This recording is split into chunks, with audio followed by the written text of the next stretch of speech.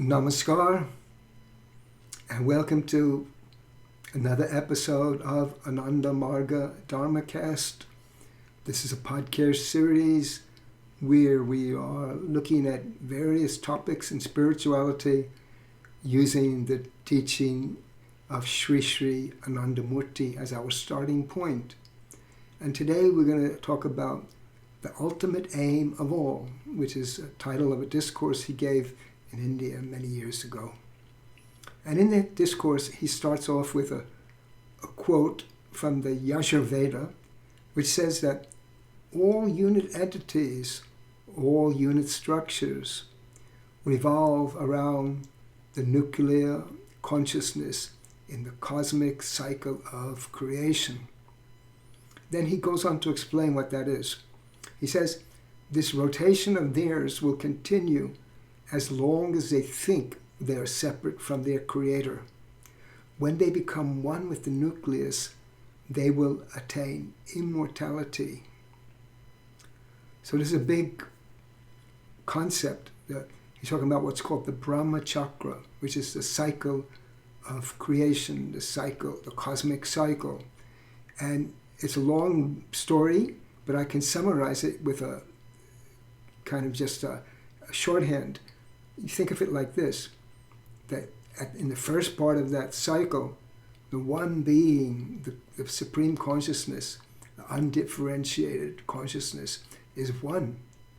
But in the first part of the cycle, that being undergoes transformation and becomes many as the grains of the sand on the beach.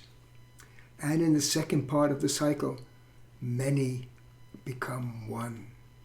And humans, we're on that second part of the cycle, trying to become one with the nucleus. Some years back, I did a seminar on that, and it's here up on YouTube, and I'll put the link up in the thing. You'll see it there. You can go there if you want to find more about that cosmic cycle of creation. But today we're not going to go into the whole details of that, but we're going to look at one of the few things which have been touched on in this talk which he gave some years back. So basically what he's saying is that humans are revolving around that circle, and we have a singular goal. We're all going in the same direction, basically. But as we're going in that goal, he notes that we're all different. We have different mental structures. It means that someone wants to become happy by becoming a musician, another one wants to become a scientist, someone will become a doctor, someone gets pleasure out of doing this, someone gets pleasure out of doing that. And that's because of our samskaras, which is our reactive momentum, which is our psychic momentum. What we did in the past propels what we're doing in the future. Loosely speaking, you could say it's our karma. So we all have different backgrounds, and this is the reason why we're not alike on the psychic level, and even on the physical level, we have differences based on the structure of our body. Which is, if you were from some people who came from the south of the planet, then you may have a certain structure. If you came from the north, then you may have a different structure.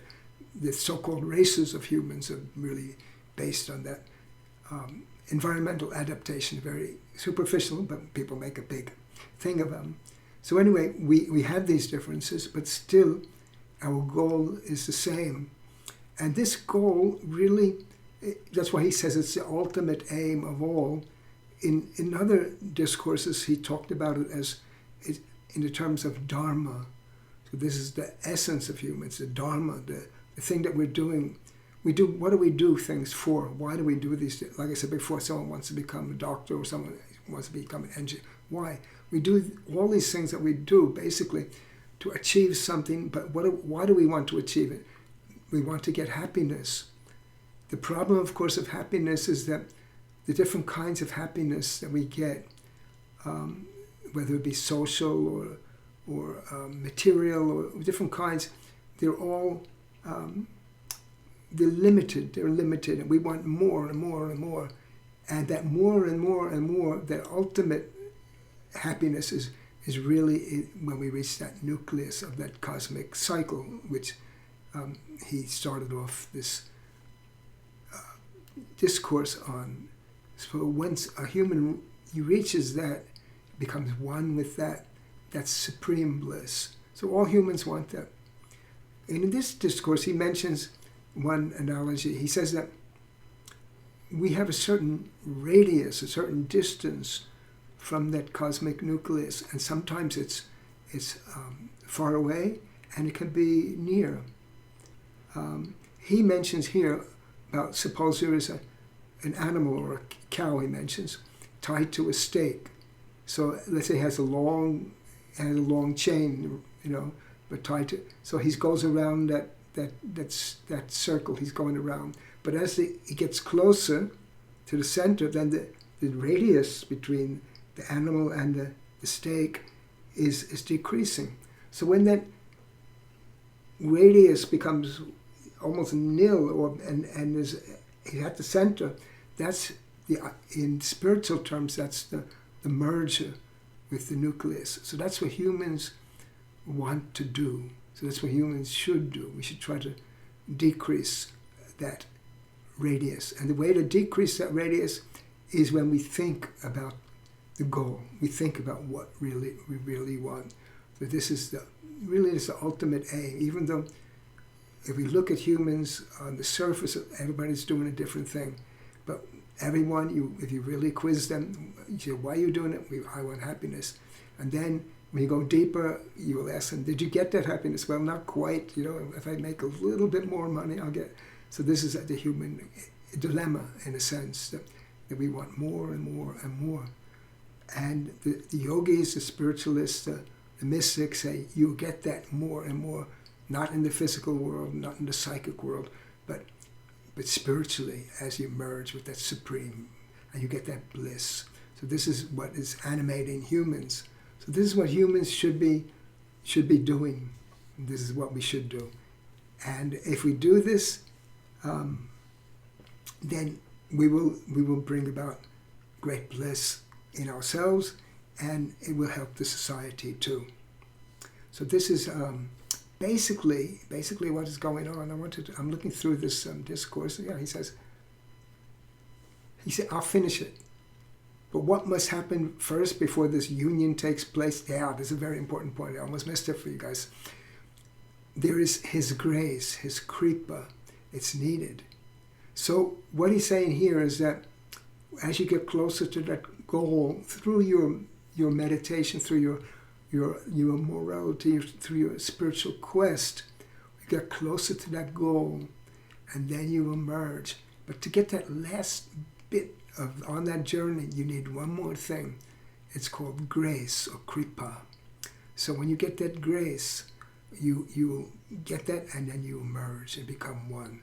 And he says this is the ultimate aim of all animals, or plants, or anything which has life. Thus, a person is unknowingly moving and will have to move till he or she becomes one with him, meaning the Supreme One. This is the truth. Therefore, the person who comes onto the path of spiritual practice early is a wise person and also lucky. And this was given in the 18 November 1979 in Delhi, India. So this is the ultimate aim. The ultimate aim, become one with that goal, become one with the supreme nucleus. And we're trying for it. Sometimes we're not even thinking about it, but knowingly or unknowingly. But we have to do it. We have to do it. But if we're aware of what we're doing and we're making efforts, then it's better. And that's why he says such a person is wise and also lucky. It is a question of luck too. That why are you here listening to this podcast? It's a little bit of luck in a sense too, that you could be listening to things that are different, but you're on that path. So that's all for today. That's what I wanted to say.